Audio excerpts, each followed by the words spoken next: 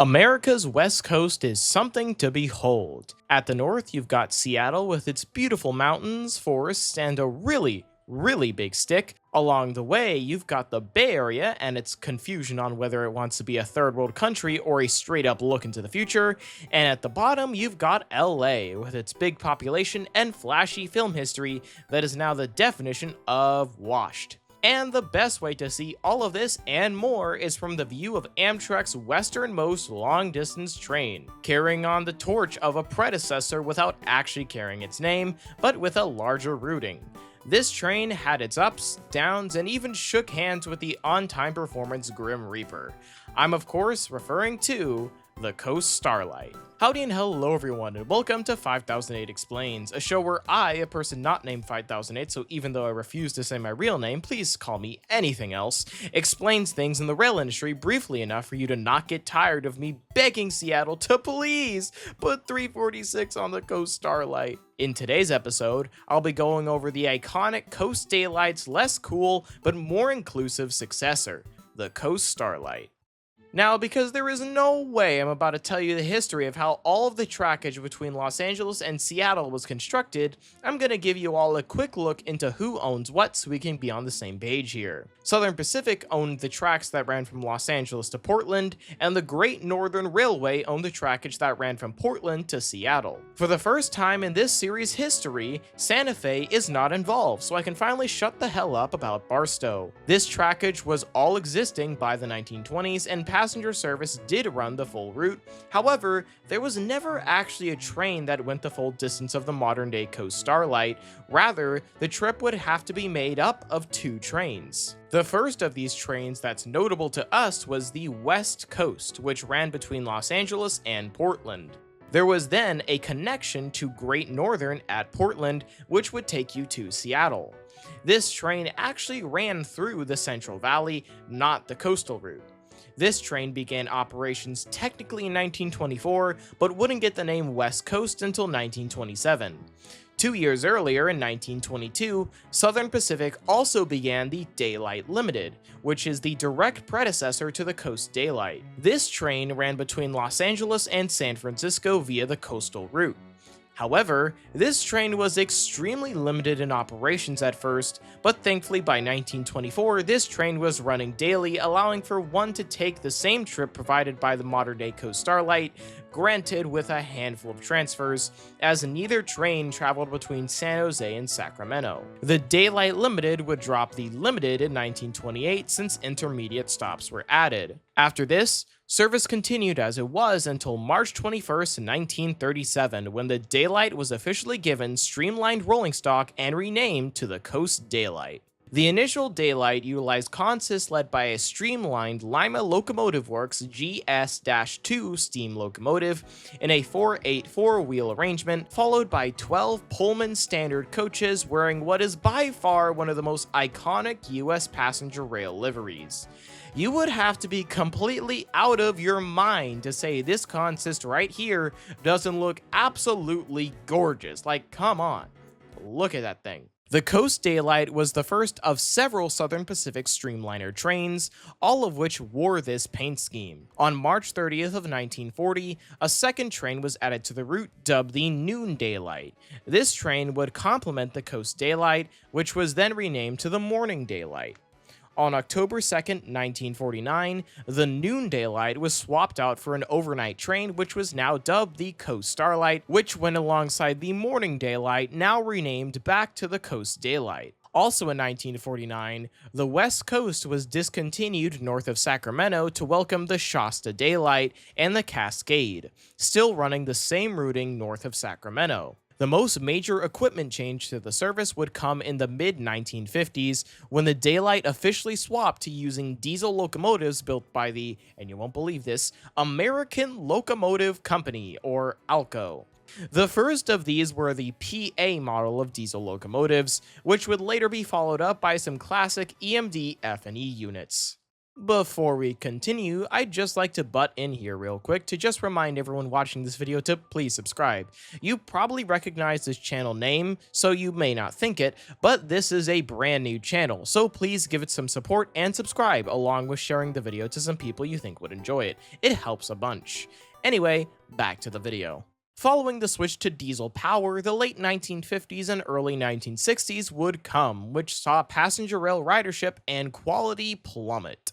The first sign of this for this route would be the discontinuing of the Coast Starlight in 1957, followed by the discontinuing of the southern half of the West Coast in 1960. The last service to fall under SP's ownership would come in 1967 with the end of the Shasta Daylight, leaving just the Coast Daylight to push into the 1970s. Thankfully, as you all certainly know at this point, come May 1st of 1971, Amtrak was created to take up the privately owned passenger routes that railroads didn't want anymore, aka literally all of them.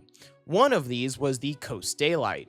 The Coast Daylight would lose its name and go unnamed at first, now with its terminus changed to Oakland rather than San Francisco, allowing for a connection to the California Zephyr to Chicago. This train would extend 3 times per week, running from San Diego all the way to Seattle via the coastal route. On November 14th, 1971, Amtrak would decide to change up the service and actually give it a name, so in came a new set of trains. The Los Angeles to Oakland train would be extended to San Diego, be renumbered to 12 and 13, and be renamed to the Coast Daylight. The Seattle to San Diego train would be renumbered to 11-12 northbound and 13-14 southbound. Yes, that is actually how they were numbered. This service would be renamed to the Coast Starlight Daylight. That was actually the name. I'd love to see how that board meeting went. Following this, in April of 1972, the service was cut south of Los Angeles, as since it's a terminus station, the consists would have to swap around when going to or from San Diego, which took a lot of time and made it a lot more inconvenient. This service loss would be supplemented by an extra San Diegan train. On June 10th of 1973, Amtrak began running the Starlight Daylight daily for the summer, which received enough positive reception for Amtrak to make it a permanent thing on May 19th of 1974.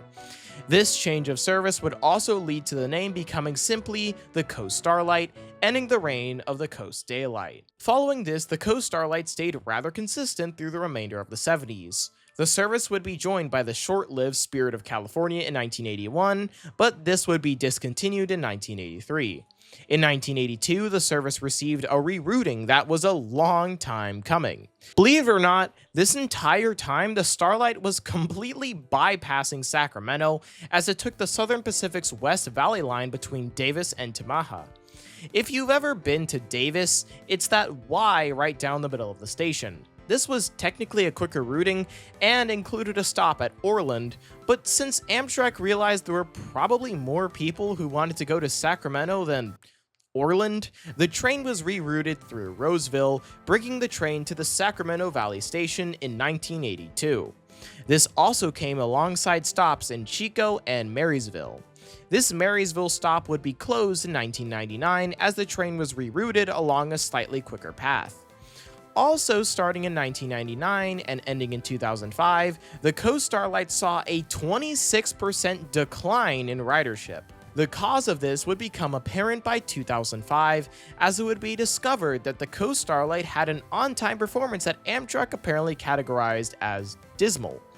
Well, surely it's not that bad. Let's go check. It was running at an on-time performance rating of 2%. That's not a typo, that's not a misread. The Coast Starlight was genuinely running at a 2% on-time performance during this period. Dismal? I think catastrophic would be better fit. Actually, thinking about it, I don't think there are words available in the English dictionary that can even begin to describe how bad a 2% on-time performance is.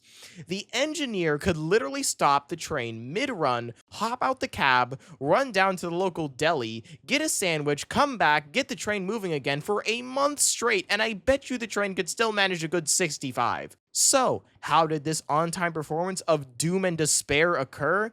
Well, apparently it's because of track work being done by UP and general freight congestion. Dog, was UP straight up reconstructing the entire town of Salinas while simultaneously running hourly Z trains? Because at that point, I'm starting to think UP management at the time had some generational beef with every Starlight crew and passenger, because holy crap on a cracker, that is bad. Thankfully, Amtrak and UP managed to fix this on time performance with it raising to 86% by May of 2000. Thank God. As time went on through the 2010s, not much happened.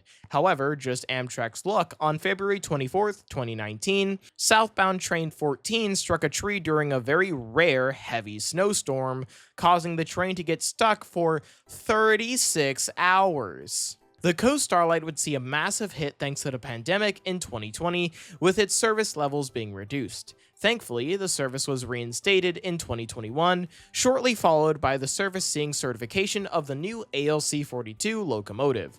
Somehow, despite the service's history with delays, the ALCs have been running okay on the Starlight. They definitely still hiccup here and there, but nothing out of this world like whatever the hell was happening in 2005. And with that, we've reached the modern day, and the Coast Starlight is doing pretty well. In terms of the future, talks of adding a stop at King City and bringing back the Coast Daylight as a state-supported service between San Diego and San Francisco give the Starlight a pretty good-looking future. Nothing serious, but it's at least going somewhere.